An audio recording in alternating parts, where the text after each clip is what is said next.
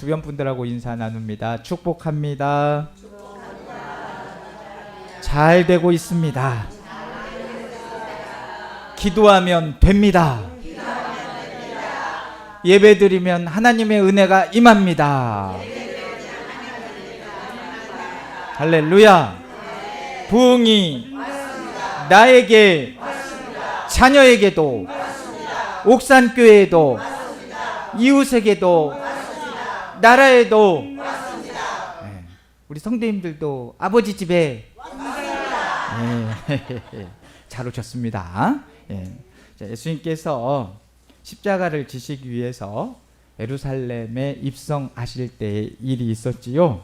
주님은 제자들을 보내시며 아직 아무도 타보지 않은 나귀 새끼를 끌고 와라 이렇게 말씀을 하셨습니다. 그리고 혹시 누군가 그 나귀 새끼를 왜 끌고 가냐 하면 주가 쓰시겠다 하라라고 말하였습니다. 나귀는 사람들의 주목을 받는 동물이 아니지요. 말처럼 뭐 힘이 센 그런 동물도 아니고 독수리처럼 높이 날아오르는 그런 모습이 아니고, 나귀에게는 좀 미안하지만 나귀가 그렇게 볼품이 있지는 않아요. 생긴 것부터가 그렇습니다. 특별히 자랑할 만한 것이 없는 그런 짐승이 바로 나귀죠. 그러나 예수님께서 바로 그 나귀를 택하셔서 예루살렘 입성의 도구로 사용하셨습니다. 아마 나귀는 자신이 누구를 태우고 가는지도 잘 몰랐겠지요. 그러나 많은 사람들이 옷을 길에 펴고 종려 가지를 흔들면서 호산나라고 외치는 모습을 보면서 비로소 이 나귀가 깨닫지 않았을까요? 내가 가장 위대한 분을 모시고 있구나. 그런 생각 들지 않았겠습니까? 우리의 모습도 이와 다르지 않습니다. 우리는 연약하고 부족하면서 내세울 것이 많지 않은 사람들이죠. 그러나 하나님께서 우리를 부르시고 사용하시겠다고 말씀한다면 우리의 부족함은 더 이상 문제가 되질 않습니다. 중요한 것은 얼마나 내가 능력을 가지고 있느냐가 아니라 하나님의 손에 붙들려 있느냐, 이것이 중요한 거예요. 사도 바울은 디모데후서 2장 11절에 이렇게 말씀하죠. 그러므로 누구든지 이런 것에서 자기를 깨끗하게 하면 귀히 쓰는 그릇이 되어 거룩하고 주인의 쓰심에 합당하며 모든 선한 일에 준비됨이러라 라고 말씀을 하고 있습니다. 자, 하나님께서는 자신의 막 능력을 자랑하는 그런 사람보다도 주님의 손에 맡겨진 깨끗한 그릇을 찾고 계시는 것이죠. 이 하나님께 쓰임받는 삶보다 더 큰 영광이 어디 있겠어요. 우리 사랑하는 성도님들은 옥산교회에서 쓰임받는다고 생각하십니까? 아니면은 그냥 안 쓰임받는다고 생각하십니까? 저는 우리 옥산교회 한 분 한 분들이 지금 다 쓰임을 받고 있다고 생각해요. 적어도 이 예배 자리를 지키고 있는 것만 해도 하나님께서 크게 사용하고 계시는 거예요. 그런데 사용하신다고 해서 그냥 와서 끝나는 삶으로 저는 우리 성도님들이 끝나지 않으셨으면 좋겠어요. 말씀 붙잡고 함께 기도하고 영적 돌파도 일으키고 우리가 하나님 나라의 소망을 두고 나아가는 삶을 살기를 간절히 원합니다. 오늘 본문에 등장하는 느헤미야는 이런 사람이었습니다. 느헤미야는 바벨론 포로 생활 가운데 있던 이스라엘 백성들의 세 번째 귀환을 이끌었으며 무너졌던 예루살렘을 일으켰던 총독이었어요. 절망과 혼란이 가득했던 시대 속에서 하나님께서는 한 사람, 이 느헤미야를 들어서 민족을 회복시키는 일에 사용을 하셨습니다. 그렇다면 하나님께서는 어떤 사람을 사용하실까? 어두운 시대 속에서 하나님의 뜻을 이루는 사람에게는 어떤 특징이 있게 될까요? 자, 오늘 본문을 통해서 이 하나님께 쓰임 받는 느헤미야의 모습을 보면서 우리가 주님께 쓰임을 받으려고 하면, 주님께 쓰임 받기에 합당한 사람이 되려고 하면 어떤 모습으로 세워져야 되는지를 우리가 한번 살펴보도록 하겠습니다. 자, 느헤미야는 어떤 사람이었을까요?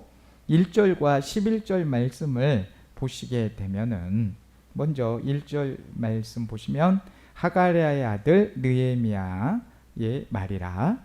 아닥사스다 왕 제20년 기슬르월에 내가 수상궁에 있는데 라고 하고 있고, 11절 말씀 끝절 하반절 보시면 그때에 내가 왕의 술관원이 되었느니라 라고 하고 있습니다. 그러면 느헤미야의 직업은 무엇이에요? 술관원이었지요. 술관원은 왕이 마시는 술을 관리하고, 혹시 이 술을 먹었을 때에, 술을 마셨을 때에 여기에 독이 들어있는지 들어있지 않는지 이거를 맛보는 사람이었어요. 그러니 왕의 건강과 생명을 책임지는 그런 자리에 있었습니다. 자, 그러면 이런 직책에 있으려고 하면 왕의 신뢰를 받아야 될까요? 신뢰를 받지 못해도 될까요? 왕의 신뢰를 받아야만 하겠잖아요. 오늘날로 말하면 대통령 비서실장 정도의 아주 중책을 맡게 됩니다. 느헤미야는 바벨론 포로로 끌려간 유대인의 후손이죠. 이제 우리가 흔히 예루살렘이 BC, 주님 오시기 전에 586년에 멸망을 했고, BC 444년에 느헤미야가 활동을 한 것으로 보고 있기 때문에 이 느헤미야는 포로 3, 4세때쯤 되었을 것으로 보고 있습니다. 그런데 어떻게 포로의 후손이 페르시아 왕의 최측근 역할을 하고 거기에 오를 수 있었냐는 겁니다. 물론 느헤미야 개인의 성품과 실력도 있었겠지만은 그것만으로는 설명이 불가능하겠죠. 자, 역사적으로 보게 되면 아닥사스다 왕의 아버지가 에스더 시대의 아하수에르 왕입니다. 느헤미야는 에스더와 모르드게의 영향을 받은 환경 속에서 성장했을 가능성을 볼 수가 있습니다. 무엇보다 중요한 것은 하나님께서 느헤미야를 지금 술관원이라는 자리에 세워주셨다는 거지요. 자, 느헤미야는 그 자리를, 이렇게 세워진 자리를 보고 이거 내가 잘해가지고 성공했다 이렇게 생각을 하지 않습니다. 하나님께서 앞으로 나를 사용하시겠구나, 이것을 알고 있었어요. 사랑하는 성도 여러분, 우리도 마찬가지예요. 우리가 지금 서 있는 자리들이 다 있습니다. 지금의 자리, 느헤미야가 술관원이라는 자리에 있을 때 하나님의 도우심이 있으셨죠. 내 노력도 있었지만, 마찬가지로 하나님께서 우리에게 이 자리에 있게 하시는 것은 우리를 사용하시기 위해서 이곳에 보내신 거 아니겠습니까? 옥산교회를 본인들이 찾아서 오셨다고 생각하실 수도 있지만 하나님께서 여러분 한 분 한 분을 이 자리에 세워놓고 계시다는 거예요. 느헤미야는 종교 지도자가 아니죠. 이 느헤미야는 세상 속에 있는 평신도 사명자라고 봐도 무리가 되지 않습니다. 그런데 그 종교 지도자가 아니면서도 이렇게 크게 하나님께 쓰임을 받습니다. 자, 쓰임을 받을 때에 마태복음 25장 21절에 이런 말씀이 있습니다. 그 주인이 이르되 잘하였도다 착하고 충성된 종아, 내가 적은 일에 충성하였음에 내가 많은 것을 내게 맡기리니 내 주인의 즐거움에 참여할지어다 하고 라고 하고 있습니다.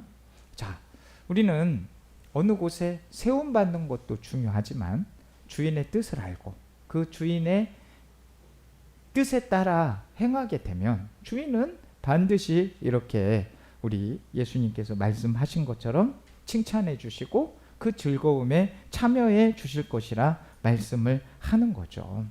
우리가 지금 있는 자리는 작은 자리일 수도 있지만 우리가 이 자리에 세워져 있다는 것은 충성할 수 있는 자리란 말이에요. 맡을 자에게 구할 것은 이런 건 좀 크게 하셔도 돼요. 날씨는 덥지만 맡을 자에게 구할 것은 충성인 것이지요. 그래서 우리 주님 일에는 충성할 수 있는 저와 우리 성도님들 되시기를 주님의 이름으로 축복합니다. 그래서 지금 있는 자리에서 신실한 분들이 되세요.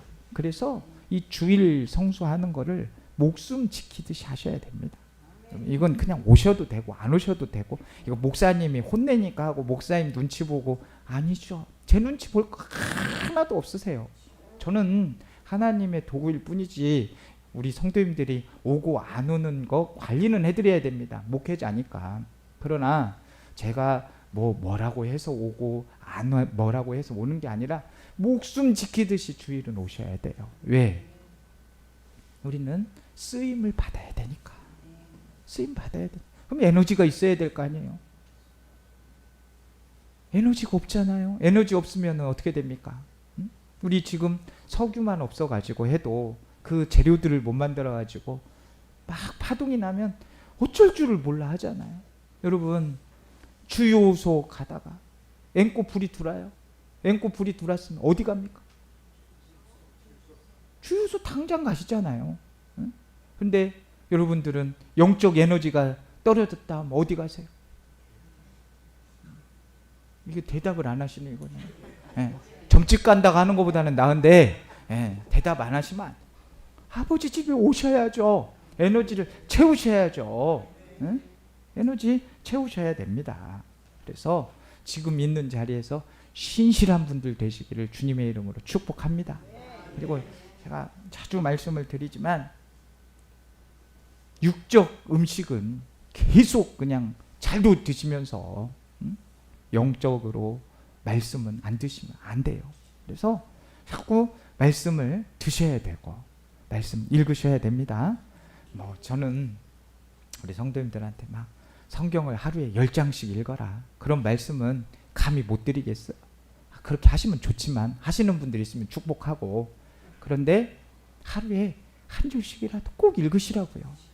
성경책 딱 요즘에는 성경책도 많이들 교인들이 안 갖고 다니세요. 다 이게 말씀 띄워주니까 가져다니고, 이게 찾으라고 해도 잘 못 찾으셔. 빌립보서 어디에 있냐고 하면 그 구약이에요 막 이러고 있고, 이러시면 안 된다 이 말이에요. 신약이고 어느 정도에 있는지 정도는 아셔야지. 그래서 이제 오후에는 좀 성경을 찾아서 읽는 시간을 오늘부터 가지려고 해요. 그래서 오후에도 그냥 힘있게 나오셔가지고 하시고, 이따 광고 시간에 또 말씀을 드리겠지만 그 한 시간 지키셔야 됩니다. 저는 그냥 이야기 정도 하는 것으로 하지만 우리가 이제 시대가 급박해요. 언제 주님 오실지 몰라요. 그냥 넋놓고 있다가 주님 오시면 어떻게 하실 거야? 대비하셔야 됩니다. 주님께서 주님께서 쓰시도록, 우리가 쓰임 받을 수 있도록 계속해서 준비할 수 있는 우리 모두가 되기를 주님의 이름으로 축복합니다. 자, 그래서 느헤미야는 이제 술 관원이 됐잖아요. 그러면 이제 맡은 자리가 있단 말이에요. 그래서 이제 페르시아 제국 수도인 수상궁에서 왕의 술 맡은 관원으로 이제 섬기고 있잖아요. 왕의 최측근으로서 안정된 지위가 있어요. 그리고 부족하지 않은 생활을 하고 있어요. 그러니까 그런 자리에 오르면, 높은 자리에 오르면, 명예의 자리에 오르게 되면은 이제 누구나가 부러워할 만한 자리라는 거죠. 먹고 사는 걱정을 하지 않아도 되었고 편안한 삶을 누릴 수가 있어요. 그런데 어느 날 예루살렘에서 돌아온 형제 하나니를 만나게 됩니다. 느헤미야가 가장 먼저 그 형제를 만나서 고향과 백성들의 형편을 물어보는 거죠. 그때 그 형제로부터 들려온 소식이 너무나도 가슴 아픈 소식이었어요. 3절 말씀 보면 그들이 내게 이르되 사로잡힘을 면하고 남아있는 자들이 그 지방 거기에서 큰 환난을 당하고 능욕을 받으며 예루살렘 성은 허물어지고 성문들은 불탔다 하는지라. 자, 지금 느헤미야가 떠나와 있는 예루살렘 상황이 어때요? 여전히 환란에 있어요. 어려운 가운데 있는 거죠. 무너진 성벽들이 그대로 방치가 되어 있어요. 자, 여러분, 우리 시골에도 지금 막 이렇게 이제 빈집들이 많은데 방치되어 있으면 어때요? 폐허해요. 정말 보기 싫어요. 지금 그대로 방치가 되어 있고, 그렇습니다. 이제 성전은 이미 재건되었고 스룹바벨을 통해 성전이 세워졌고 에스라를 통해서 말씀과 신앙 회복 운동도 일어났는데, 그러나 성벽은 여전히 어떻게 돼 있었냐? 무너져 있었다는 거예요. 자, 성벽이 없다는 것은 백성들이 언제든지 외적의 침입과 위험에 노출되어 있다, 이런 뜻이 되는 거거든요. 자, 수치와 두려움 가운데 살고 있었다는 그 소식을, 예루살렘의 소식을 지금 느헤미야가 듣는 거예요. 지금 고향 땅의 소식을 듣는 거예요.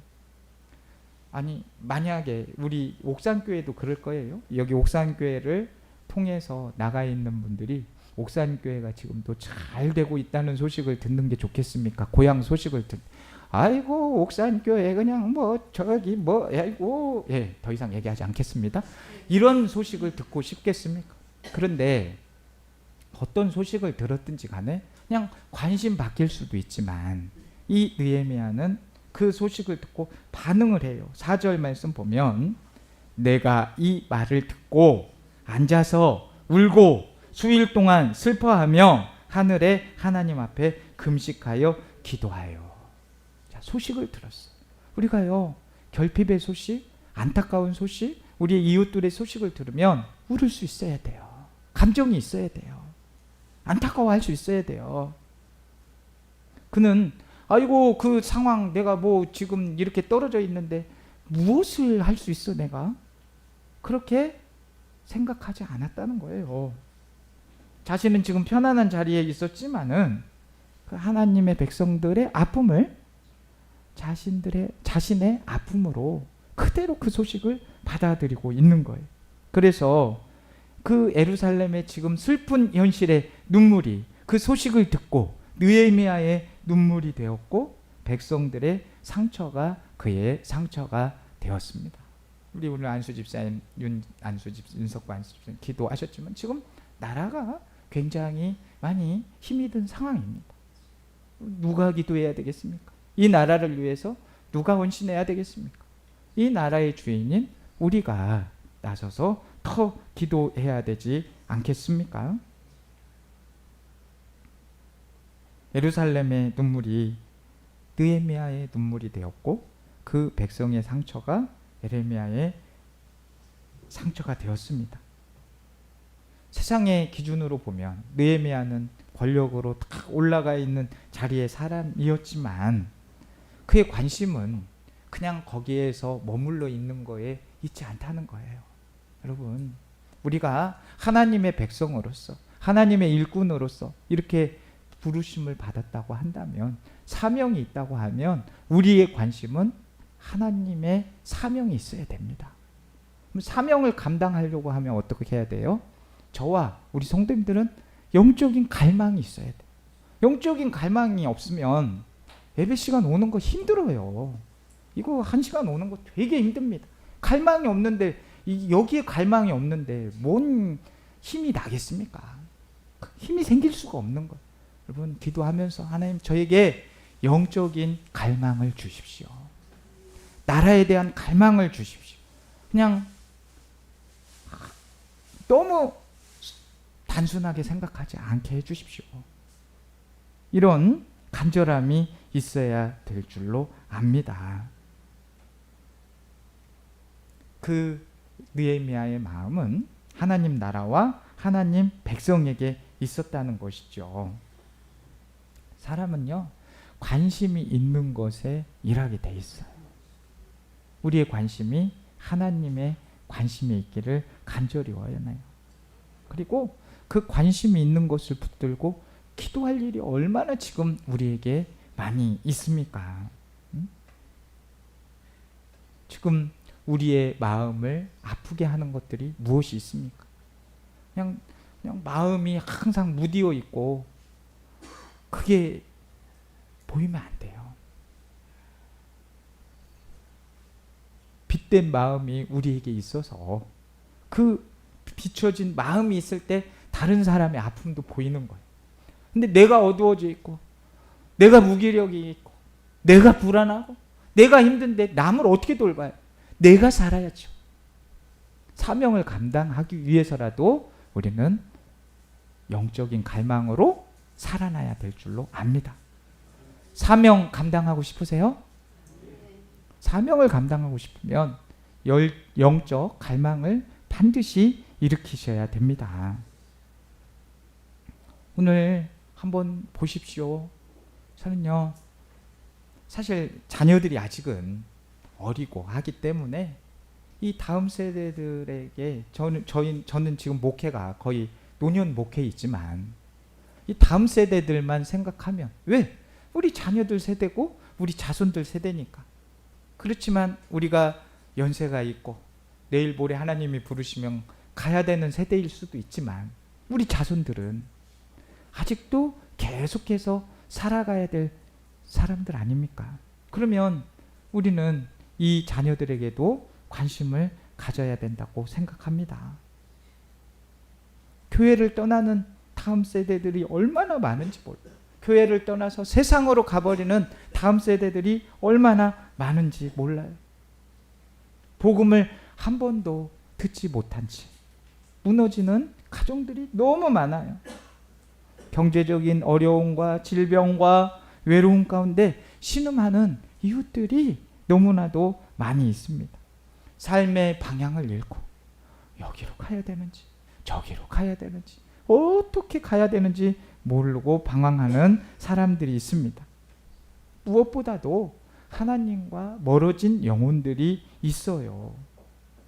근데 안타까운 것은 그렇게 멀어져 있는 영혼들을 보고도 우리의 관심이 거기에 있지 않다는 거예요.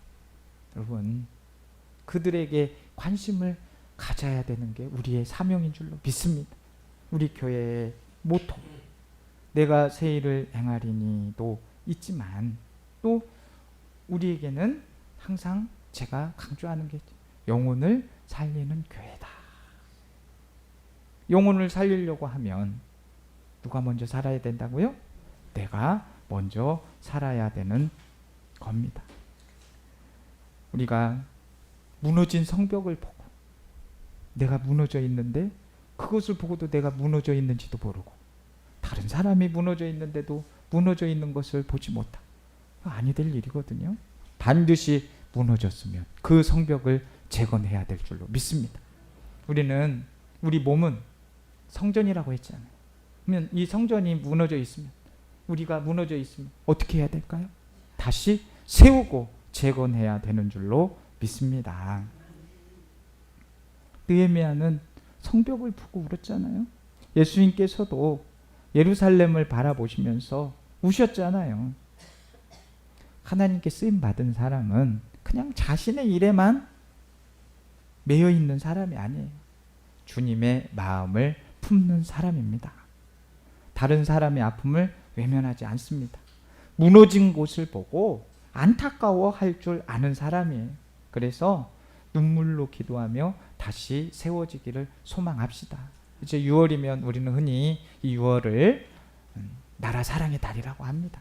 이 나라가 다시 한번 세워져 있을 수 있도록 지도자들과 백성들과 우리 모두가 함께 또 살아날 수 있는 길을 기도할 수 있는 우리 모두가 되기를 간절히 소원합니다. 그리고 이제 이 느헤미야는 그 소식을 듣고 울면서 기도했다는 거예요. 오늘 기도했다고 하잖아요. 그냥 안타까워하는 것은 안타깝네, 어머 저거 불났네 이러시면 안 된다고. 그걸로 끝이면 안 된다고요. 사람을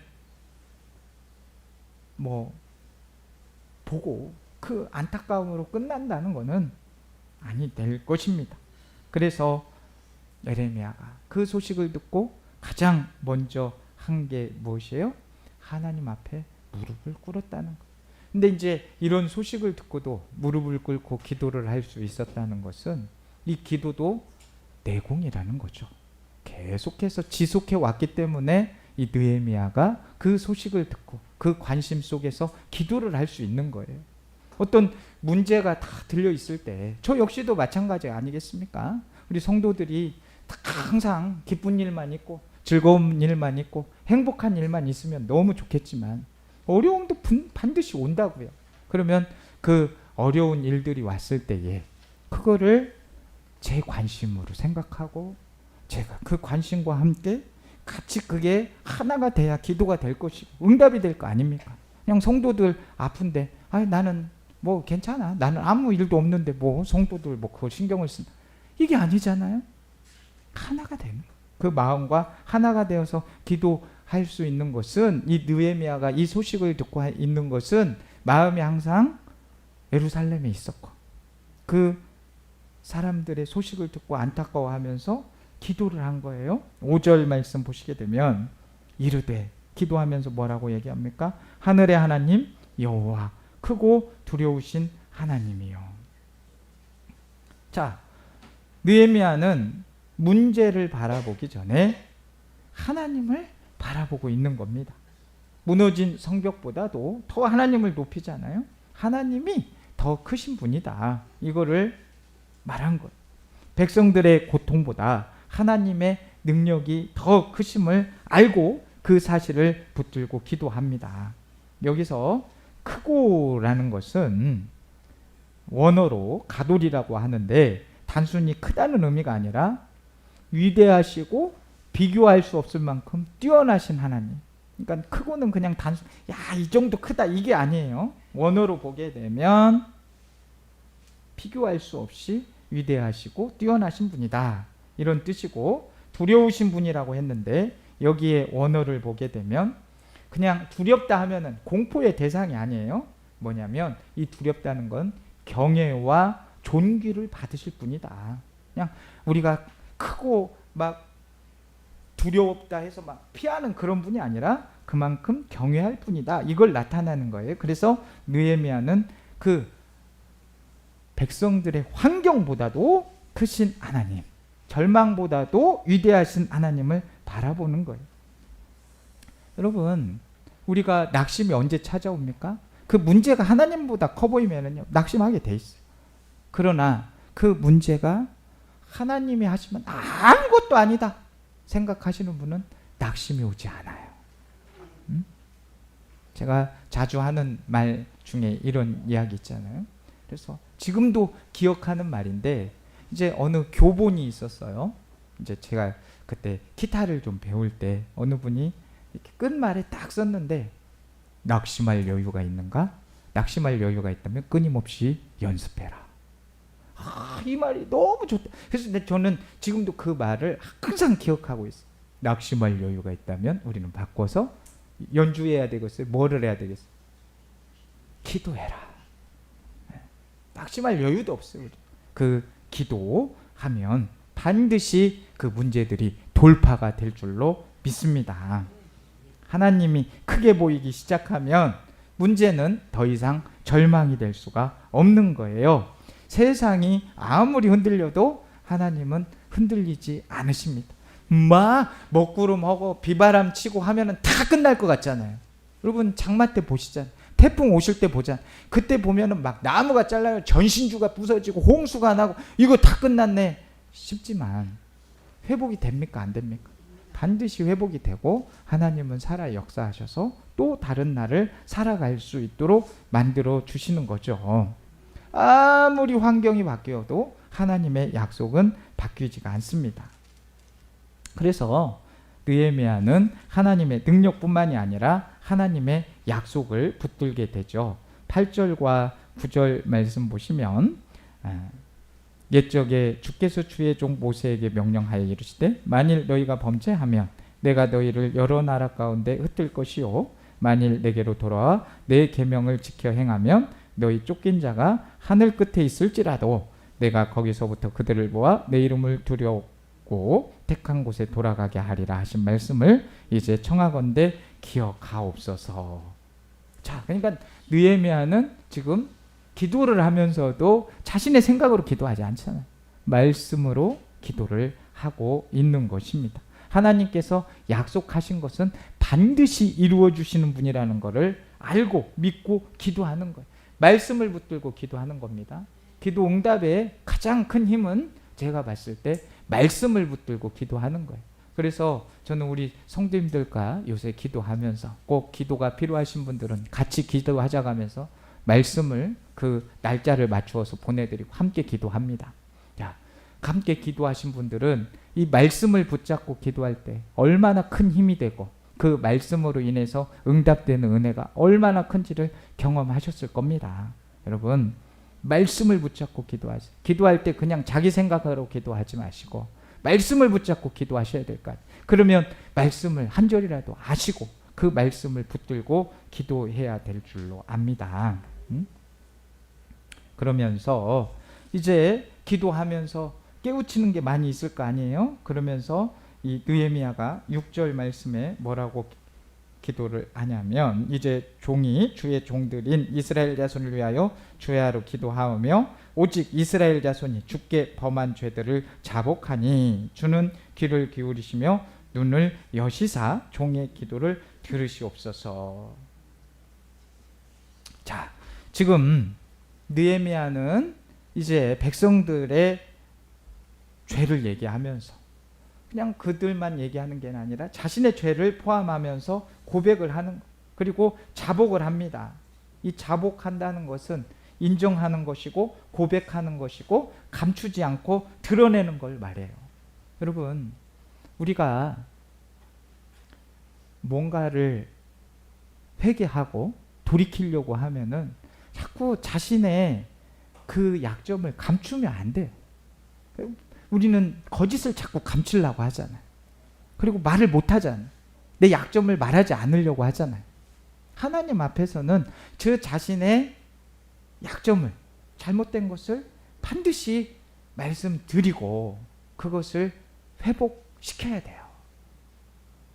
내가 그것을 막 끝까지 감추고 있으면 그 어둠에서 벗어나지를 못합니다. 드러나야 고쳐질 거 아니겠습니까? 느헤미야는 지금 죄를 숨기지 않아요. 공동체의 아픔을 자신의 아픔으로 받아들이면서 공동체의 죄도 자신의 죄처럼 가슴 아파하는 걸 볼 수 있습니다. 사랑하는 성도 여러분, 오늘 하나님께서 찾으신 이 느헤미야에 보면 느헤미야는 기도를 어떤 마지막 수단으로 삼고 있지 않는 걸 볼 수 있어요.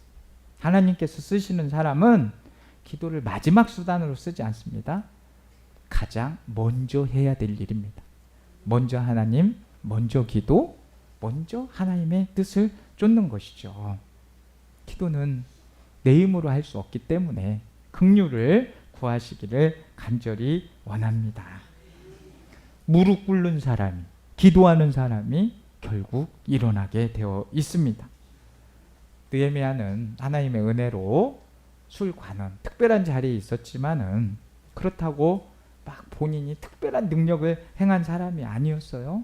무슨 어떤 술관원이긴 했지만 무슨 장군도 아니고 건축가도 아니고, 그러나 나라를 위해서 이 사람이 사용이 됐어요. 왜요? 맡겨진 자리에 충성하였기 때문이죠. 하나님의 뜻을 헤아렸기 때문이죠. 왜? 이는 하나님 나라와 하나님 백성에게 관심을 가졌기 때문에 이 느헤미야를 쓴 것을 알 수 있습니다. 오늘 또 하나님께서는 쓸 사람을 찾고 계십니다.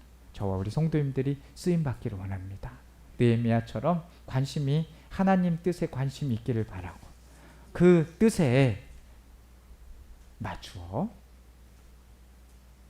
하나님께 기도하고 또 하나님의 은혜를 구하면서 나아가는 모든 우리 성도님들 되기를 바라요. 그래서 하나님께서는 기도를 통해서 일하신다는 걸 알고 우리가 또 기도하는 사람을 통해서 일한다는 걸 알고 한번 우리 같이 고백해 보기를 바랍니다. 주님, 저를 사용하여 주옵소서. 주님, 제가 있는 자리에서 주님의 뜻을 이루게 하옵소서. 주님, 무너진 곳을 외면치 않게 하시고 눈물로 기도하며 주님의 마음을 품게 하소서. 이 고백이 저와 우리 성도님들에게 있기를 간절히 원합니다. 지금 있는 자리에서 신실하게 살아가기를 원하고요.